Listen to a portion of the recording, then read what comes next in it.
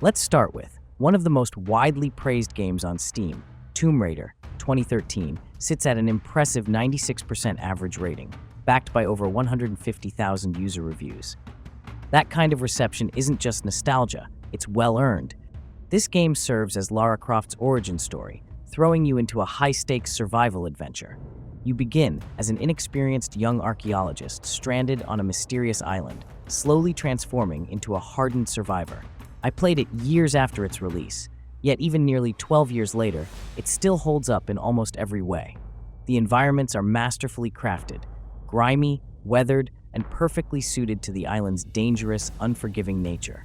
The way everything, from crumbling ruins to dense, storm-lashed jungles, adds to the atmosphere is nothing short of brilliant. But what really makes Tomb Raider special is how polished, engaging, and well-paced it is. There's no wasted time. Every moment, every set piece, every fight draws you further into Lara's journey.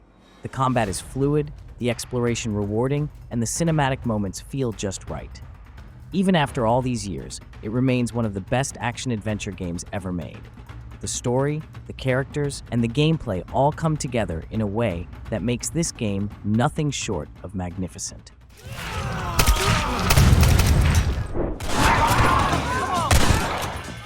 We only had to wait 14 years for Red Dead Redemption to finally hit PC, but hey, better late than never, right? This is one of the best open-world games ever made, throwing you straight into the rugged, untamed Wild West.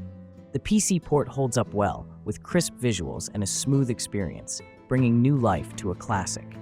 Each region, from the wide-open plains of New Austin to the dusty, sun-bleached towns of Mexico, offers a unique atmosphere and its own set of challenges. It does feel a bit odd playing this after Red Dead Redemption 2, especially since RDR2 is a prequel. Still, the story connects nicely, and you can see the care Rockstar took to make sure RDR2 lines up with the original. The narrative here is more straightforward, but it shines thanks to its fantastic cast of characters and their sharp, memorable dialogue. The gameplay is a great blend of third-person shooting and horseback combat, with high-speed chases and intense showdowns keeping things fresh. The main story takes around 20 to 30 hours to complete, and if you dive into the Undead Nightmare expansion, you get another 6 to 10 hours of a wild, zombie-themed storyline. Visually, for a game from 2010, it holds up pretty well. With the updated visuals on PC, there are moments where it almost feels like a much newer game. But let's talk about the elephant in the room: the price. While it's awesome to finally have Red Dead Redemption on PC, the price feels a bit steep for a classic game. If you can snag it during a sale, you'll get way more bang for your buck.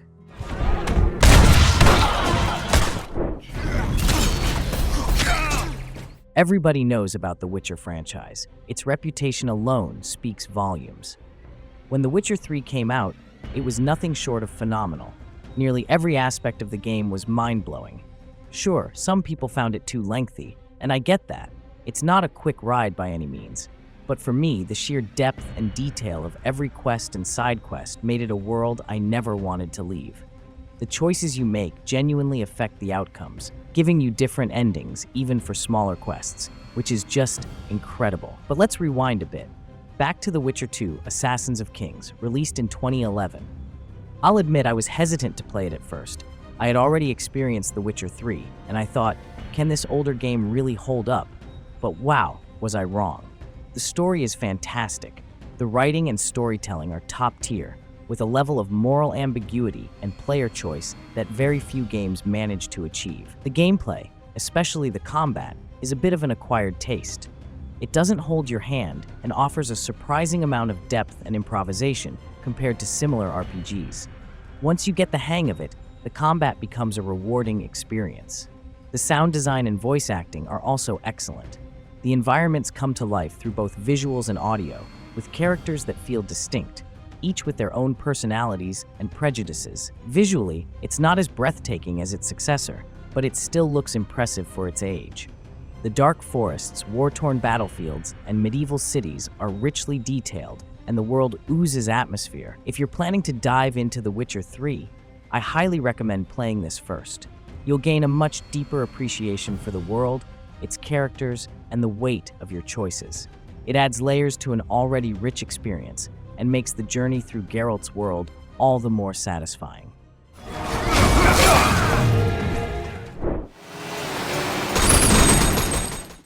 2013, a legendary year for gaming.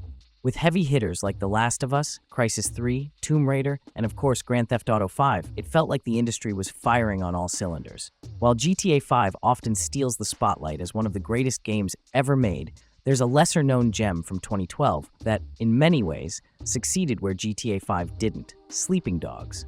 Released with a modest budget of around $30 million, Sleeping Dogs managed to carve out its own space in the crowded open-world genre. The developers did a phenomenal job capturing the vibrant atmosphere of Hong Kong. The bustling night markets, the neon-lit, rain-soaked streets, and the small but immersive details, like grabbing a quick bite at a food stall or exploring hidden back alleys, make the city feel genuinely alive. But what really sets Sleeping Dogs apart is its focus on hand-to-hand combat. Unlike GTA 5, where the emphasis is more on gunplay, Sleeping Dogs brings brutal, satisfying melee combat to the forefront. The fighting system feels like a martial arts-infused take on the Batman Arkham series. It's visceral and dynamic. You can slam enemies into phone booths, toss them into fish tanks, and improvise with environmental weapons. The blend of strikes, counters, and finishing moves keeps every brawl fresh and exhilarating. When guns do enter the mix, Sleeping Dogs introduces a stylish, slow-motion mechanic reminiscent of Max Payne. Vaulting over cover and unleashing a hail of bullets feels as cinematic as it does satisfying. But the real magic lies in those close-quarters brawls. Adding to the game's immersion is its stellar voice cast, featuring talents like Will Yun Lee, Emma Stone, Lucy Liu, and Tom Wilkinson.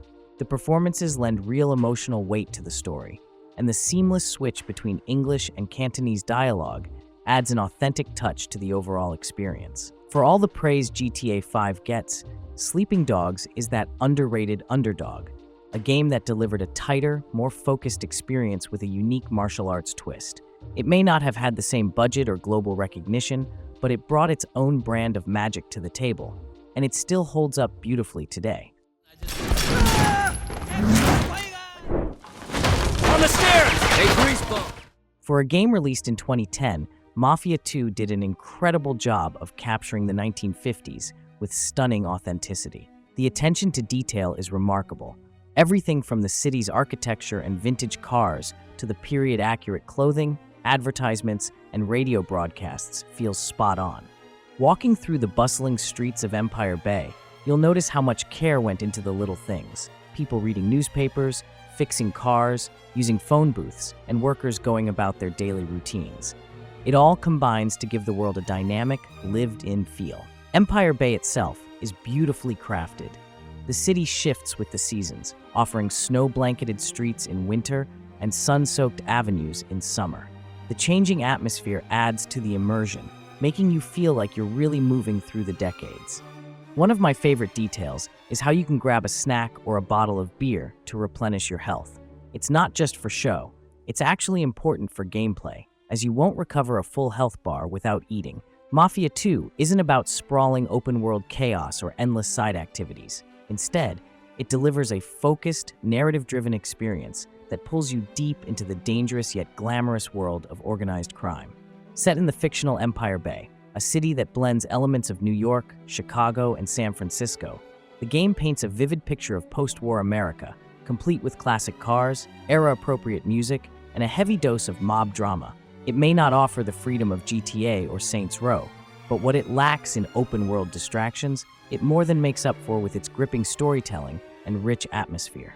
It's a game that knows exactly what it wants to be, and it nails it.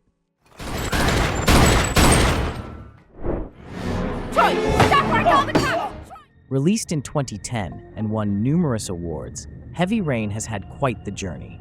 It was later ported to PlayStation 4 in 2016 and finally made its way to Windows in 2019, thanks to Quantic Dream. But this isn't your typical action-packed experience. There are no massive shootouts, no explosions, no over-the-top spectacle. Instead, Heavy Rain delivers something far more gripping. A psychological thriller where every choice truly matters. The game follows 4 different characters, all connected by the chilling mystery of the Origami Killer, a serial murderer who drowns his victims in rainwater. If you've never played a Quantic Dream game before, Heavy Rain might feel a bit unusual at first. It's less about traditional gameplay and more about immersion, putting you directly into the shoes of these characters as they unravel the story. For a game released in 2010, Heavy Rain was visually ahead of its time. The character models, facial animations, and moody lighting created an incredibly immersive atmosphere. Sure, some of the animations might feel a little stiff by today's standards, but the overall presentation still holds up surprisingly well. The gameplay relies on quick-time events, QTEs, exploration, and decision-making rather than combat or platforming. On PlayStation, you interact with the world using motion-based controls, tilting the controller, flicking the analog stick, or pressing buttons in a sequence. Some might find this system clunky, but I think it adds to the immersion. Every action, even something as simple as opening a door, feels deliberate, making you more invested in the character's fates.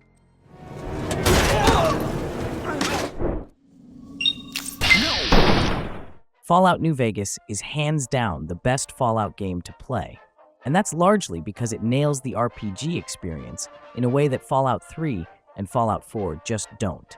Sure, its graphics are a bit dated, and the gunplay can feel a little clunky, but once you get past that, it's clear why this 2010 release from Obsidian Entertainment is still considered the crown jewel of the series. Set in a brilliantly realized post-apocalyptic Mojave Desert, New Vegas blends open-world exploration with deep role-playing mechanics and a story dripping with moral ambiguity. Siding with factions like the New California Republic, the brutal Caesar's Legion, or carving your own path as a wildcard, the choices you make truly matter. The combat mixes real-time shooting with the V8 system, which lets you pause the action and target specific body parts, a feature that adds a layer of strategy to every fight. Admittedly, it doesn't have the same level of technical polish as Fallout 3, but where it lacks in smoothness, it more than makes up for with its rich storytelling, memorable characters, and an insane amount of player freedom. What really makes New Vegas shine is its incredible cast of characters and the fantastic writing behind them. From the charismatic and mysterious Mr. House to the quirky companions like Boone and Veronica, every interaction feels meaningful. The dialogue is often hilarious, and the quests are so entertaining that trying to do them all in a single playthrough feels like an impossible but worthwhile task. And then there's the DLC. These expansions add even more layers to an already deep game, offering new stories, locations, and challenges. While the DLCs vary in tone and quality, each brings something fresh to the table, and they're all worth experiencing at least once. It's no wonder that some players have sunk thousands of hours into Fallout New Vegas. Whether you're diving into the main story or getting lost in side quests, the game offers a level of replayability that most RPGs can only dream of.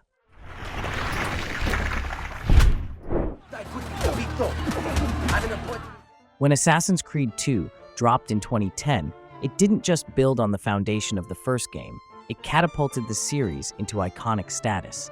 As the much-improved sequel to its 2007 predecessor, this game marked the beginning of a new trilogy, Assassin's Creed II, Brotherhood, and Revelations, and introduced us to Ezio Auditore da Firenze, a protagonist who would go on to become one of the most beloved characters in gaming history. While the original Assassin's Creed had tons of potential, it fell a bit short for many players.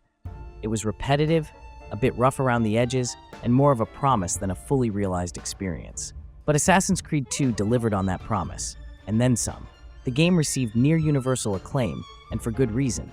It kept the atmospheric historical fiction and action-adventure sandbox elements of the first game, while refining and expanding on them in every way. The parkour system saw a massive upgrade, becoming more responsive and fluid. You could scale buildings and leap between rooftops with a grace that few games could match, even years later. The beautifully recreated cities of Florence, Venice, and Forlì felt alive, with bustling streets, rich architecture, and period-accurate designs that pulled you straight into the Renaissance era. The attention to detail was incredible, bringing historical landmarks to life and offering a level of immersion that was rare at the time. If you've never played an Assassin's Creed game, this is an excellent place to start. It covers the basics introduced in the first game, but elevates them with improved gameplay. It's not just a good sequel, it's the game that defined the series and set a standard that many of its successors still chase today.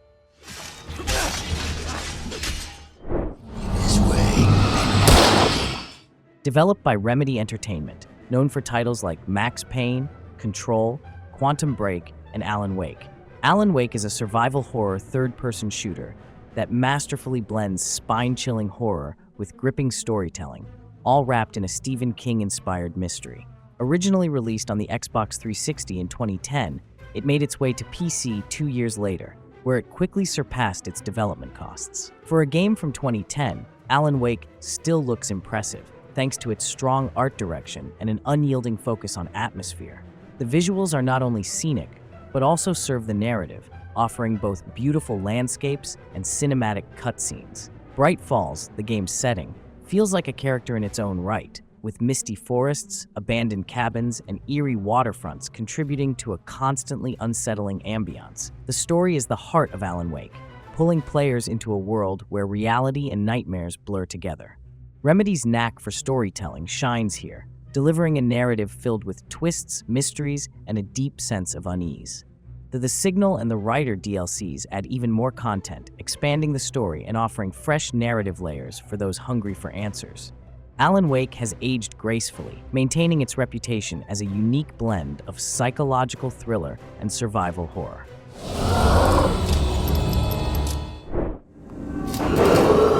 Attention. Dishonored may be over a decade old, but it hasn't aged a day. Drawing inspiration from Thief and Assassin's Creed, it still manages to carve out a unique identity with its blend of stealth, atmosphere, and distinct visual style. The game offers a refreshing stealth experience, allowing players to approach objectives in countless ways, all wrapped in a stellar ambiance set by its artistic direction and fitting soundtrack. What makes Dishonored truly timeless is its innovative gameplay mechanics. It hands you a robust toolkit of supernatural abilities, gadgets, and weapons, giving you the freedom to play how you want. At first glance, it might seem like a traditional stealth game, but it quickly reveals its depth with its approach to lethal and non-lethal paths. As you progress, supernatural powers like teleportation, time manipulation, and possession open up even more creative possibilities, letting you bend each encounter to your will. Each mission feels like a sandbox, encouraging exploration and experimentation. The painterly art style, influenced by steampunk and Victorian aesthetics, gives the city of Dunwall a look that is both grounded and fantastical. From opulent manors to grimy back alleys, the city is brimming with detail and environmental storytelling. The world is rich with history, and the gameplay loop of exploring, testing strategies, and executing plans is as satisfying today as it was at launch.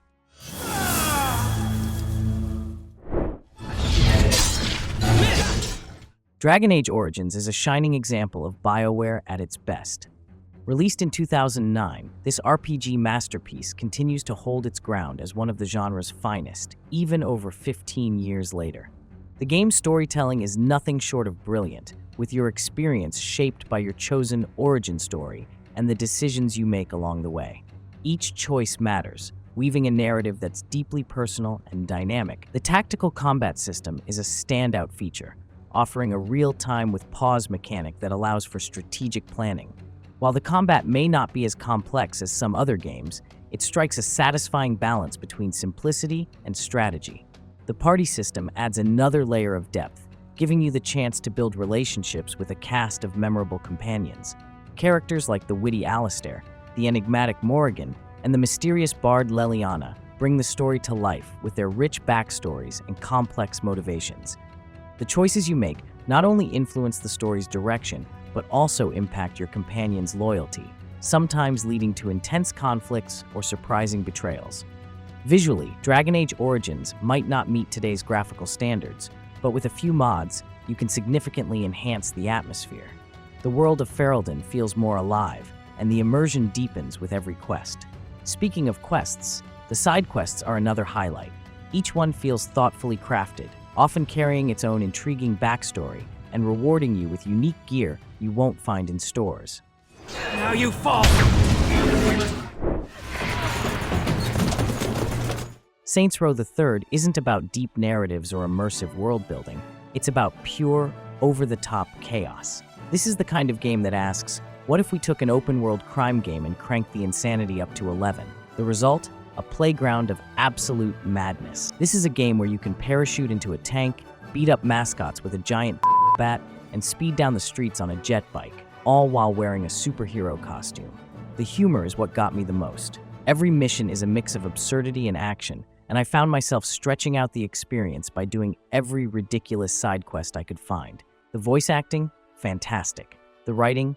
Hilarious. The gameplay? Pure fun. The story isn't as deep as Saints Row 2 when it comes to world building, but it's not generic either. It's a wild mix of saving your homies, fighting gangs, taking on the police, the military, politicians.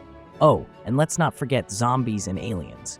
It doesn't take itself seriously, and that's exactly why it works. For a 2011 game, Saints Row III still looks decent, though it's not winning any awards for realism. The cartoonish art style fits perfectly, embracing the game's exaggerated tone. If you want the best experience, the remastered version is the way to go, with improved lighting, textures, and character models that make the chaos look even better.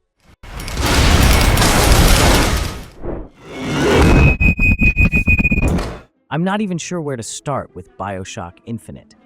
I've played BioShock 1 and 2, but this one feels different, like it evolved from a regular sequel into something closer to a work of art. Somehow, it both distances itself from the original games and expands on them in ways that push the series into uncharted territory. Even if you've never touched the previous BioShock titles, I'd still recommend this game for its fantastic gameplay mechanics and unique combat system alone. Like its predecessors, BioShock Infinite is ambitious, really ambitious. It's the kind of game that raises the bar for storytelling in video games. The setting this time is Columbia, a floating city high above the clouds. This shift from the dark, leaky corridors of Rapture to a vibrant, sun-soaked city is nothing short of a narrative masterstroke. Columbia is breathtaking, with its pastel-colored buildings, zeppelins lazily drifting by, and charming barbershop quartets singing modern songs reimagined in early 20th century style.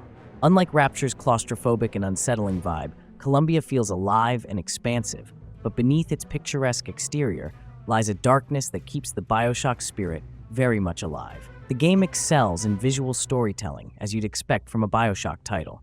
Every street corner and shop window tells a story. Every whispered conversation adds to the atmosphere. Infinite takes the series' philosophical undertones and cranks them up, exploring heavy themes like American exceptionalism, class struggle, and the nature of choice. BioShock Infinite transcends its genre. It's not just about the shooting and the exploration. It's about the journey, the questions it asks, and the unforgettable world it creates.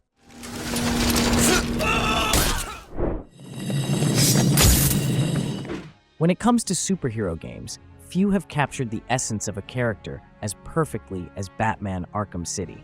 I don't know how Rocksteady did it, but they did. Released in 2011, this sequel to Arkham Asylum didn't just expand the world, it refined everything, delivering an experience that still holds up over a decade later. For those hours you spend playing, you aren't just controlling Batman, you are the Dark Knight, gliding over Gotham's rooftops, pummeling thugs in flawlessly choreographed combat, and unraveling a conspiracy that feels ripped straight from a top-tier graphic novel. Arkham City nails it all. The biggest leap from Arkham Asylum is the open-world design. No longer confined to the eerie halls of Arkham, you now have a whole section of Gotham City to explore. It's a dense, living world packed with side quests, collectibles, and dynamic street crimes. There's something incredibly satisfying about perching on a gargoyle, spotting a mugging below, and swooping in to break it up like a true vigilante. The addition of Catwoman as a playable character adds another layer to the game, with her own missions and a unique acrobatic moveset that keeps things fresh. And if that wasn't enough, the Game of the Year edition sweetens the deal with even more content, including Harley Quinn's Revenge, an epilogue that extends the story and gives players another excuse to dive back into Gotham. Whether you're a die-hard Batman fan or just love a well-crafted action game, Arkham City is an absolute must-play.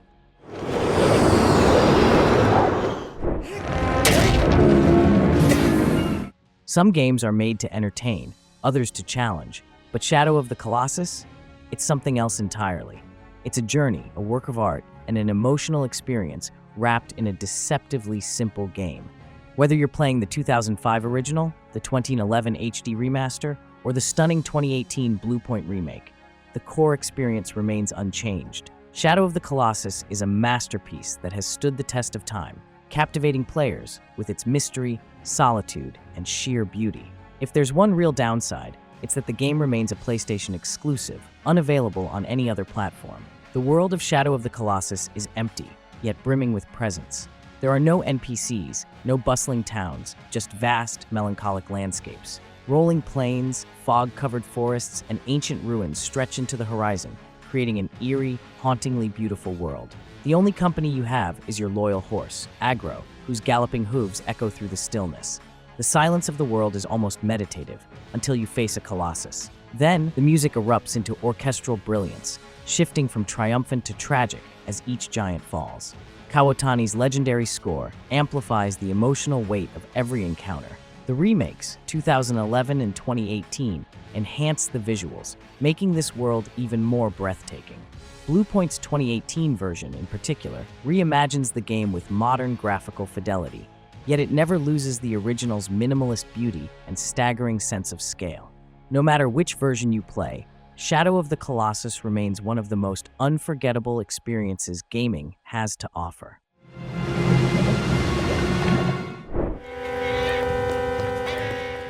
LA Noire is one of those rare games that feels ahead of its time while being firmly rooted in the past. Released in 2011 by Team Bondi and Rockstar Games, it transports you to 1947 Los Angeles, a city dripping with glamour, crime, and corruption. The setting is one of the game's strongest aspects. The late 40s jazz, the golden age of Hollywood, and the unmistakable noir atmosphere create a world that feels both immersive and cinematic. Unlike most open-world games, LA Noire isn't about mayhem or chaos.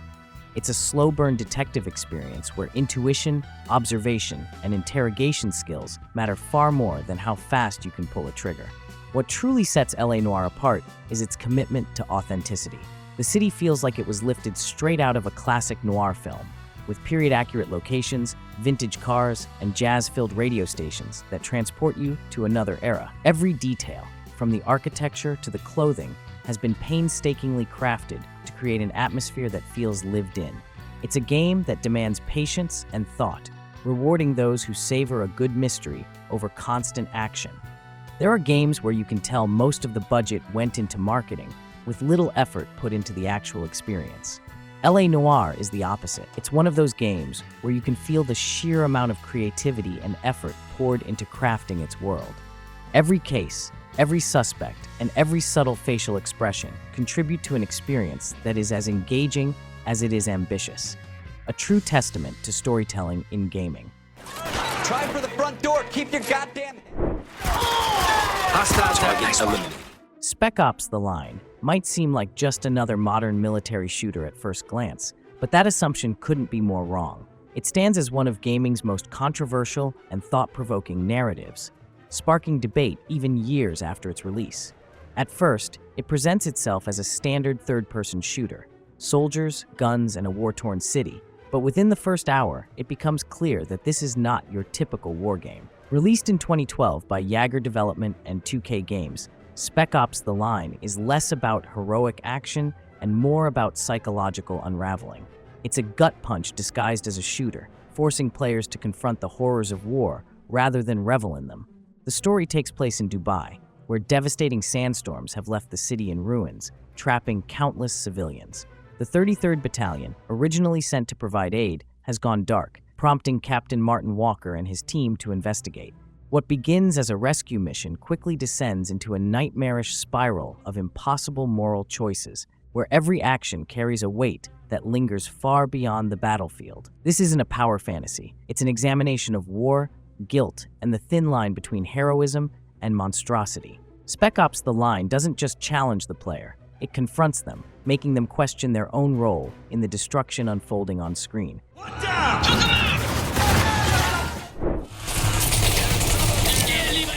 The Saboteur is one of those hidden gems that never got the attention it deserved. Released in 2009 by Pandemic Studios, it offers a beautifully recreated version of 1940s Paris under Nazi occupation, blending history, action, and open-world exploration in a way few games have attempted. What truly sets the Saboteur apart is its striking art direction. The occupied areas of Paris are drenched in black and white, an oppressive film noir aesthetic that perfectly captures the weight of Nazi control. But as you sabotage their operations and liberate districts, color bleeds back into the world, a visually stunning and deeply satisfying way to reinforce the impact of your actions. It's one of the most unique uses of visual storytelling in gaming. Unlike many open-world games that drown you in endless side activities, the Saboteur gives you the freedom to tackle its world at your own pace. You can dive into story missions, methodically dismantle enemy strongholds, or simply roam the city, causing chaos in true resistance fighter fashion. It's a game that lets you play how you want, without feeling bloated or repetitive. Sadly, the Saboteur was one of Pandemic Studios' final games before the studio shut down, and it remains one of the most overlooked open-world experiences of its time. It took risks, stylistically, mechanically, and narratively, and while it isn't flawless, it stands as a bold and unforgettable entry in the genre. Hey, she was my mama too. Not for the past 5 years. Grand Theft Auto San Andreas is the game that defined an entire generation. Released in 2004, it wasn't just another GTA, it was a revolution in open-world gaming. It took everything great about GTA 3 and Vice City and cranked it up to an insane scale, giving players an enormous world to explore, deeper mechanics, and one of the most engaging stories in the series. Even today, San Andreas remains one of the most beloved and influential open-world games ever made. Back then, most of us weren't diving deep into the story. We were just messing around in the massive open world, using cheat codes to spawn tanks, fly cars, and cause absolute mayhem.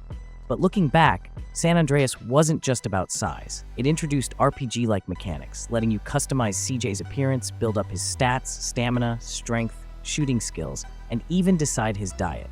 Driving felt smoother than ever, and the sheer variety of vehicles, lowriders, planes, motorcycles, and even jetpacks, made exploring endlessly fun. The game was packed with activities: casino gambling, gang wars, street racing, home invasions. You could sink dozens of hours into side content without even touching the main story. But what truly set San Andreas apart was its world. It perfectly captured the early 90s West Coast vibe, from the music to the gang culture to the look of each city.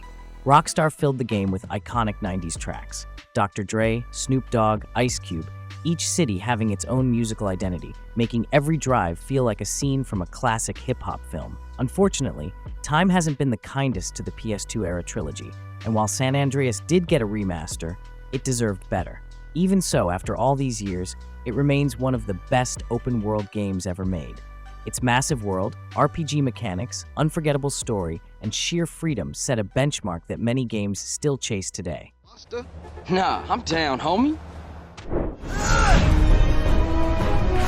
When talking about some of the greatest action-adventure games ever made, Prince of Persia: The Sands of Time is legendary. It revitalized the franchise and set the foundation for future games in the genre, including Assassin's Creed.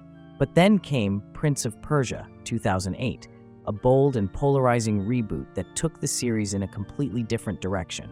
Gone were the Sands of Time mechanics, replaced with a freer, more fluid movement system, a striking storybook-like atmosphere, and a companion-driven narrative. The game's artistic direction is what truly sets it apart. The hand-painted visuals give the world a dreamlike quality, and the soundtrack by Inon Zur blends melancholic orchestral pieces with mystical Middle Eastern influences, adding to the game's unique charm. Unlike its predecessors, Prince of Persia 2008 leans heavily into platforming and exploration, making traversal feel almost meditative. At the time, this divided players. Some loved the relaxing movement, the cinematic storytelling, and the stunning world, while others were disappointed by the simplified combat and departure from classic Prince of Persia elements. More than a decade later, however, this game stands out as one of Ubisoft's most daring and creative projects. While its lack of challenge turned some players away, those who appreciate atmospheric storytelling, fluid traversal, and breathtaking visuals will find Prince of Persia 2008 to be a truly unique adventure, one that still holds up today. So, those were 20 story-driven masterpieces that still hold up over a decade later. Of course, there are plenty of other amazing games that deserve a spot, and I couldn't cover them all. So if we missed one of your favorites, let us know in the comments below. If you enjoyed this video, don't forget to like, subscribe, and hit that bell icon so you never miss out on our gaming content. I've got plenty more recommendations and reviews waiting for you, so make sure to check out my other videos on the channel. Thanks for watching, and I'll see you next time.